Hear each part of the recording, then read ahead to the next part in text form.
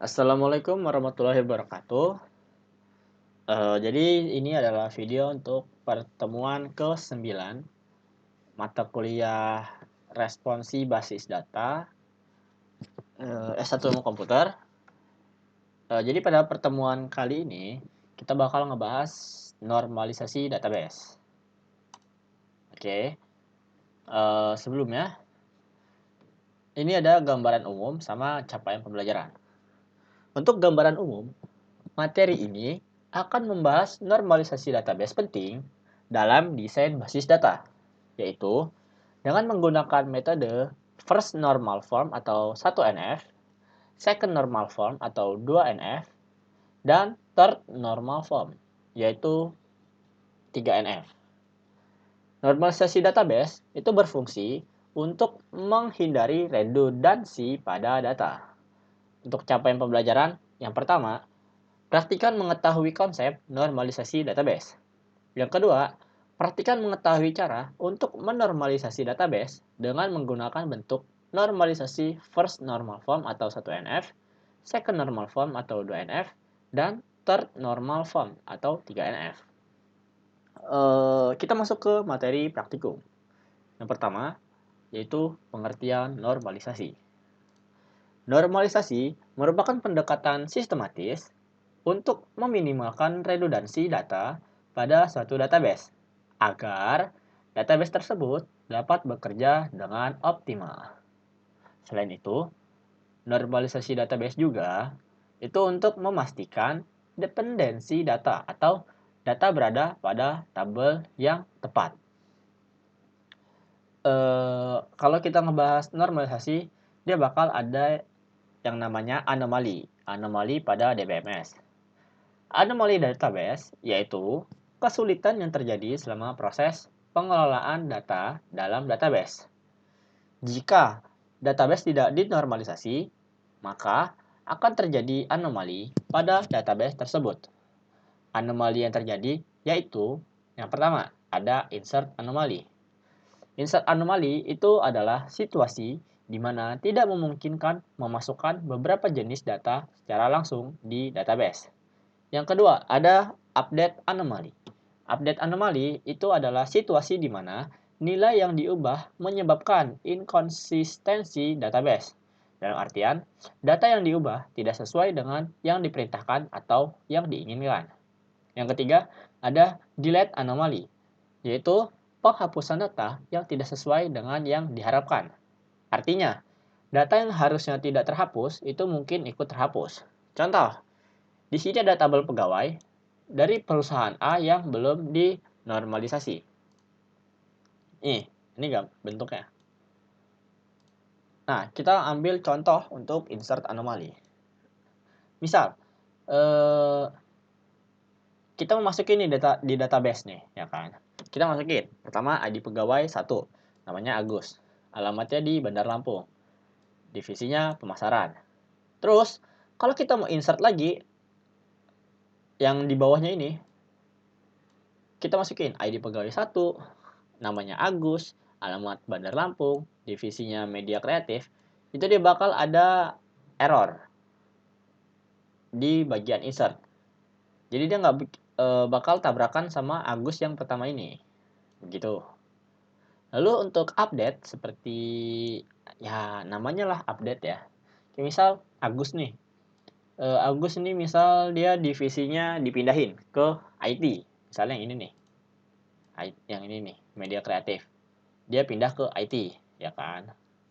Terus kalau kita update di database, update nama Agus, divisi media kreatif, itu diupdate jadi IT. Dia bakal error. Jadi di Agus yang atas ini, yang divisi pemasaran, dia bakal keganti ke IT juga. Karena dia sama-sama Agus. ID 1, alamatnya 1. Jadi dua-duanya ini dia bakal keganti ke IT. Terus untuk delete, ya namanya lah delete ya. Kayak misal Susi yang ini, pemasaran dia resign. Terus di database kita menghapus nih. Delete ID pegawai 3, nama Susi, alamat pesawaran. divisi pemasaran. Dia bakal error karena di sini ID pegawai 3 itu ada 2 orang. Namanya juga sama-sama Susi. Terus di alamatnya juga sama-sama pesawaran. Nanti dia bakal error. Bisa error apa? Kalimat, misalnya merah gitu. Bisa aja dua-duanya ini yang dihapus nih. Gitu. Maksudnya begitu. Oke, lanjut. Selanjutnya itu ada bentuk normalisasi. Seperti yang dijelasin di awal, jadi bentuk normalisasi yang bakal kita gunain yaitu 1NF, 2NF, dan 3NF. Nah, ini di bawah ini ada contoh dari tabel yang belum dinormalisasi. Dia ada begini kan. Ininya gede sendiri, ininya kecil sendiri gitu kan.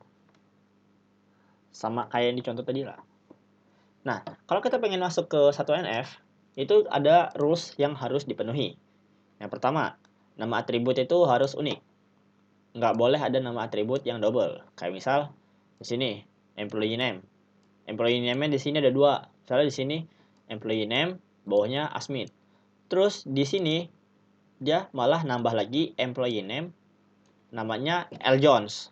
Misal begitu. Itu nggak boleh. Jadi harus disatuin. Yang kedua ada setiap atribut harus memiliki nilai tunggal, tidak boleh double. Double itu misalnya begini, departemen nomor LP004, LP023. Nah, itu kan double. Itu nggak boleh. Jadi mending dipisah. Kayak gini. Nih. Nah, tadi. Nih, kayak gini. Jadi misalnya Agus, Agus gitu. Nggak boleh kan? Jadi harus dipisah. Gitu. Jadi kan lihat misal di sini pemasaran, media kreatif itu nggak boleh kan? Jadi mending dipisah begini. Jadi Agus pertama divisi pemasaran, Agus kedua divisi media kreatif gitu. Terus yang ketiga tidak ada repeating group. Repeating group itu ditandai dengan adanya baris yang di merge. Ini kayak misalnya ini kan tiga nih ini gabung jadi satu. Gini hasilnya begini. Itu nggak boleh. Jadi dipecah lagi jadi 3. Nah, jadi contohnya yang udah terpenuhi itu begini. Kalau udah diubah-ubah kayak tadi. Jadi hasilnya tuh begini. Oke. Dia nggak ada yang ke merge gitu. Terus di sini yang nggak ada yang double namanya employee name. Misal di sini project budget, di sini project budget lagi itu nggak ada. Nih, sampai bawah juga nggak ada ya, tuh. Kalau udah, nah, kalau udah, kita bakal identifikasi primary key-nya. Tentukan kandidat primary key harus unik. Kayak di sini. Yang unik kan di sini biasanya sih di sebelah kiri biasanya. Cuman kadang-kadang ada yang diacak sih. Cuman di sini contohnya di sebelah kiri. Ini kan unik nih, tuh. PC 010, PC 045, sama PC 0,064. Jadi kan beda-beda. Unik nih angkanya, ininya hurufnya. Jadi kita bisa jadi ini primary key. Lalu kita lihat lagi. Oh, di sini ada unique key lagi nih, ya kan? Kok bisa ada 2 sih? Karena di project sama di employee itu apa ya? Ini nih. Jadi di project sama employee ini dia itu saling melengkapi lah istilahnya. Karena di project code ini ya, dia di sini ada 3 nih. PC 010, 010, 010 ya kan. Kayak yang tadi dicontoh, kalau 3 gini kan dia error ya. Takutnya. Nah, jadi gimana caranya biar bisa ngebedain? Kita pakai bantuan employee number atau kita panggilnya composite key. Penjelasannya, project code itu dia tidak bisa menjadi primary key sendiri karena ada data project code yang muncul lebih dari 1 kali. Ya kan, ini kan ada 3 nih. Nggak boleh. Nah, jadi perlu 2 primary key atau composite key yaitu employee number. Nih, Nih, jadi kita lihat nih, per 3 ini. Ya kan? Kita lihat nih, ini kan employee number beda semua nih, ya kan? Beda. Nah, ini jadi dia ngebantu di bagian project code-nya nanti. Gitu aja nih. 3 ini juga nih. Ya kan? Ini kan sama. Nggak bisa dong. Jadi dia ngambil dari employee number. Karena dia unique juga di sini. Tuh. Terus di sini. Ini juga nih 4 ini. Ini 4. Ya kan nih. Terus di sini juga 4 ya. Oh enggak, cuma 3. Nih. 3 ini kan primary key nih. Cuman kan dia duplikat 3 ya. Jadi kita ngambil yang dari sini. Employee number. Karena employee number beda-beda. Buat ngebantu nanti. Oke. Kalau udah kita tentuin nih. Primary key sama composite key-nya. Atau primary key kedua. Kita masuk ke 2NF. Nah, sebelum masuk ke 2NF. Kita itu ada aturannya terlebih dahulu. Atau syaratnya. Syaratnya yaitu sudah memenuhi dalam bentuk 1NF. Kayak gini. Ini kan udah nih. 1NF nih begini, ya kan? Terus semua atribut yang bukan primary key hanya boleh bergantung pada atribut primary key. Jadi nih semua ini bergantung. Kayak misalnya nih. Di sini di ujung sini misal kita tambahin apa ya? Kita tambahin tabel apa sih? Apa ya? Umur misal kita taruh umur. Nah, kan dia nggak ada hubungannya kan sama di sini. Buat apa umur sama tabel ini kan? Jadi mending kita buang aja gitu. Jika ada ketergantungan parsial atau sebagian, maka atribut tersebut harus dipisah pada tabel yang lain atau dihilangkan.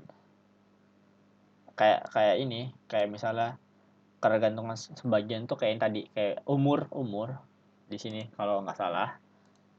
Jadi kan di sini ya. Nah, di umur itu kan dia nggak perlu nih. Jadi kita boleh pisahin tabelnya atau boleh kita buang. Gitu sih. Nah, kalau udah nih, syarat-syaratnya udah dipenuhi nih. Kita masuk lagi ke step-stepnya, yaitu dilakukan pemisahan tabel berdasarkan ketergantungan terhadap primary key. Cek setiap atribut yang ada, apakah bergantung pada primary key A atau B. Jika bergantung kepada kedua primary key, maka tetap di tabel utama. Tetapi, jika hanya bergantung pada salah satu, pisahkan dan buat tabel baru. Oke, kita bedah satu-satu. Di sini, ini kan primary key, jadi nggak usah kita hitung ya. Di sini, project title. Dia project title itu bergantung pada primary key ini nggak? Ini. Iya kan, bergantung kan? Jadi kita ini digabung. Dua ini. Terus, kita cek lagi. Dia bergantung sama employee number ini nggak? Yang kedua ini nggak? Nggak kan? Karena buat apa gitu? Kan dia udah ke sini. Terus ini kalau project title kita masukin employee number kan dia nggak nyambung tuh. Dia buat apa? Jadi kan nih berarti cuma satu nih. Ini gabung. Ini juga project manager. Terus project manager di sini kan project code hubungannya. Kalau di employee number dia nggak berhubungan. Karena di sini project manager bukan employee. Terus project budget. Project budget di sini dia bergantung sama project code. Tapi dia nggak bergantung sama employee number. Karena dia kan di sini kan cuma budget project. Apa hubungannya project budget sama employee number? Jadi kan nggak ada. Jadi 4 ini, jadi 3 ini ya bergantung sama yang ini doang. Yang ke kirinya nggak ada. Terus kita ini, yang ini kan primary key, jadi lewatin. Terus ini employee name, dia bergantung sama ini employee number kan. Terus employee name ini bergantung nggak sama project code? Enggak kan, nggak ada hubungannya. Kayak mas PC10 masa tiba-tiba employee name, kan nggak ada hubungan. Jadi ini cuman ini doang, dua ini. Terus department number sama. dia bergantung sama employee number. Jadi 3 ini digabung, ya kan. Terus departemen number dia nggak ada hubungannya sama project code. Jadi kan dia nanti dipisah ya. Terus departemen name ini dia nggak ada ini juga. Nah, ini aja deh.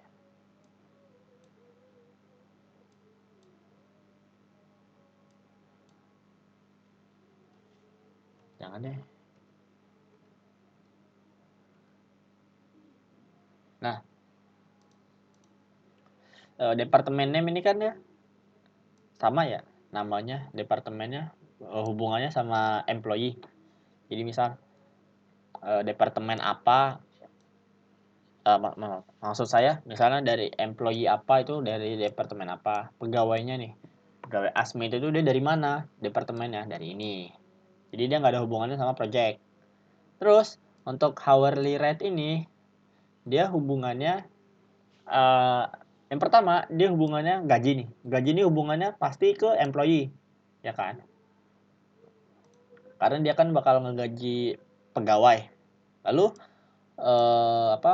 hourly rate ini dia masuknya ke ini juga, ke bagian sini. Kenapa? Karena dia ini kan gaji ya kan. Sedangkan di sini ada budget nih. Budget kan gabungnya dari sini. Jadi dia dua-duanya itu dia ini apa sih namanya? Saling berhubungan. Makanya nanti di sini di bawah nih. Yang pertama ada project code, ada 4 yang tadi nih. Ada budget, project manager, project title, sama project code. Nah, oh ya, ini kenapa nih? Kok cuma 3 nih? Gitu kan. Ya karena gini. Nih, ini aduh, salah kegeser. Ini semua nih, ini kita anggap nggak ada nih. Ya kan? Terus kita lihat aja nih 4 ini. Ini kan duplikat semua kan, PC10. Ininya sama, ininya sama, ininya sama. Terus kalau ini sama, ya udah gabungin jadi satu gitu. Jadi satu baris. Jadi satu baris begini. Tuh, satu baris, satu baris, satu baris. Terus yang kedua, primary key kedua, composite key, itu dia bergantung sama employee number, kayak yang tadi saya jelasin. Employee name, dari departemennya nomor apa, habis itu namanya apa, departemennya gitu. Kalau udah, kita lihat di tabel ketiga. Di sini ada 3 tabel ya, 1, 2, 3. Tabel ketiga ini dia gabungan dari project code, ini primary key pertama, primary key kedua, sama yang tadi yang terakhir itu seperti ini. Nih. Jadi jika bergantung kepada kedua primary key, maka tetap di tabel utama. Jadi begini, dia tetap di tabel utama ini, tabel utama ini.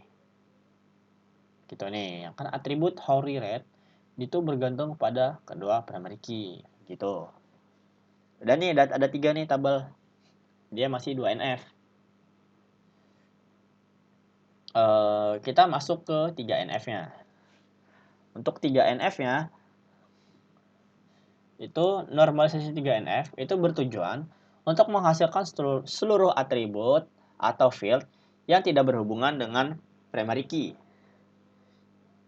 Bentuk forma normal 3NF terpenuhi jika memenuhi bentuk 2NF dan jika tidak ada atribut non-primary key yang memiliki ketergantungan terhadap non-atribut non-primary key lainnya. Maksudnya ini atribut non-primary ya.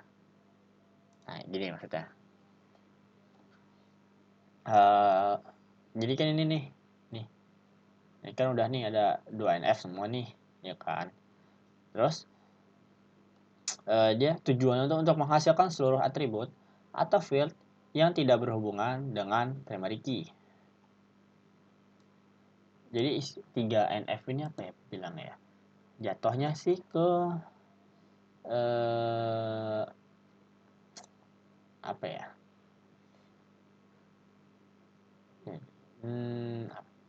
Sabar.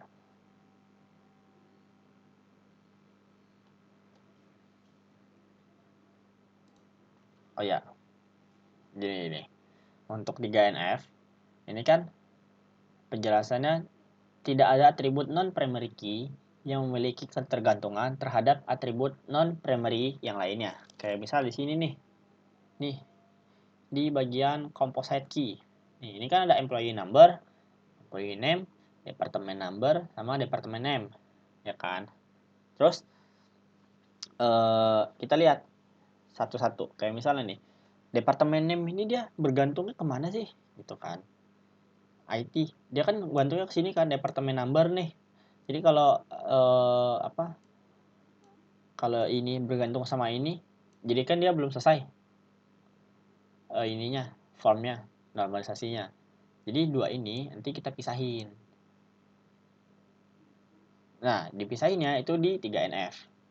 Nih. Pertama ada tabel project.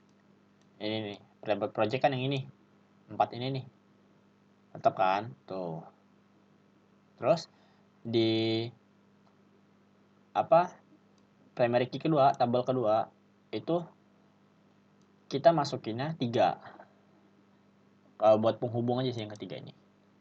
Kayak di sini, contoh table employee. Jadi ada employee number, employee name, sama department number. Nah, kok yang department name ini nggak diinin sih? Nggak dimasukin juga, karena yang tadi dibilang di 3NF. Jadi dia tidak ada atribut non-primary key yang memiliki ketergantungan terhadap non-primary key yang lainnya. Jadi kan ini dia bukan primary key nih. Primary key kan yang ini, ya kan? Nah, ini dia bukan primary key, tapi ini dia bergantung sama ini. Jadi, karena nggak boleh di 3NF, jadi ini dipisah nanti. Jadi kita nulisnya 3 ini doang. 3 ini. Kayak begini. Kita kasih nama tabel employee itu.